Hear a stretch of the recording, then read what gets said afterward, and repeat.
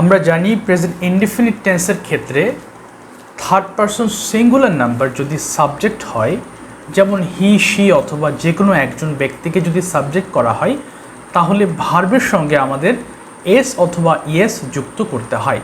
অনেকেরই প্রশ্ন যে ইএস আসলে কোথায় ব্যবহার বা কিভাবে ব্যবহার করতে হবে। মনে রাখবো, আমরা যদি শব্দ তার মানে ভার্বের শেষে যদি ও থাকে কিংবা এস থাকে কিংবা সিএইচ থাকে অথবা এসএইচ থাকে, তাহলে সেই ক্ষেত্রে আমরা ভার্বের সঙ্গে ইএস যুক্ত করব। ফর এক্সাম্পল, গো, GO, তাহলে ও আছে, তাহলে আমাদের হি গোজ বলতে হবে, ইএস যুক্ত করতে হবে, হি গোজ।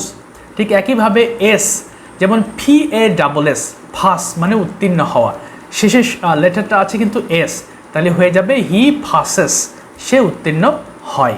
এরপর যদি কি CH, যেমন টাচ, হি টাচেস, এক্ষেত্রেও ইএস দিতে হবে।